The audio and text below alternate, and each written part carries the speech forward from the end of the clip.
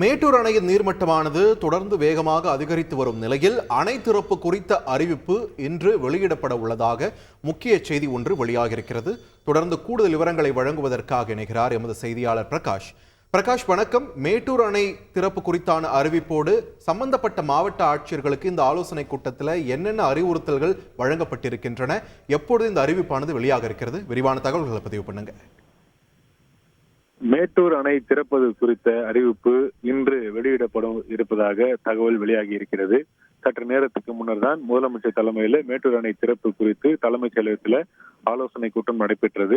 இந்த ஆலோசனை கூட்டத்தில் நீர்வளத்துறை அமைச்சர் திரு துரைமுருகன், நீர்வளத்துறையினுடைய அதிகாரிகள், தலைமைச் செயலாளர் உள்ளிட்ட அதிகாரிகள் எல்லாம் இந்த கூட்டத்தில் பங்கேற்றிருந்தாங்க.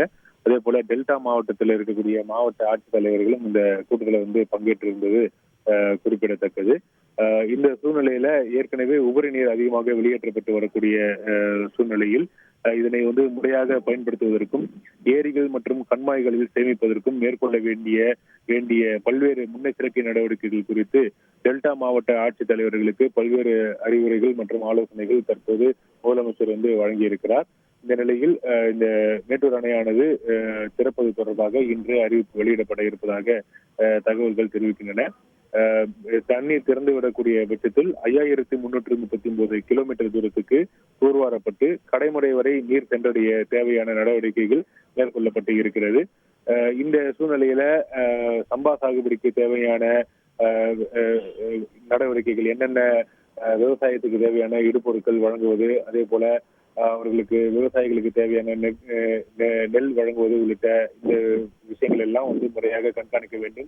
நீர் பயன்பாட்டை முறையாக கண்காணிக்க வேண்டும் உள்ளிட்ட பல்வேறு அறிவுரைகள் மற்றும் ஆலோசனைகள் மாவட்ட ஆட்சித்தலைவர்களுக்கு வழங்கப்பட்டு இருக்கிறது.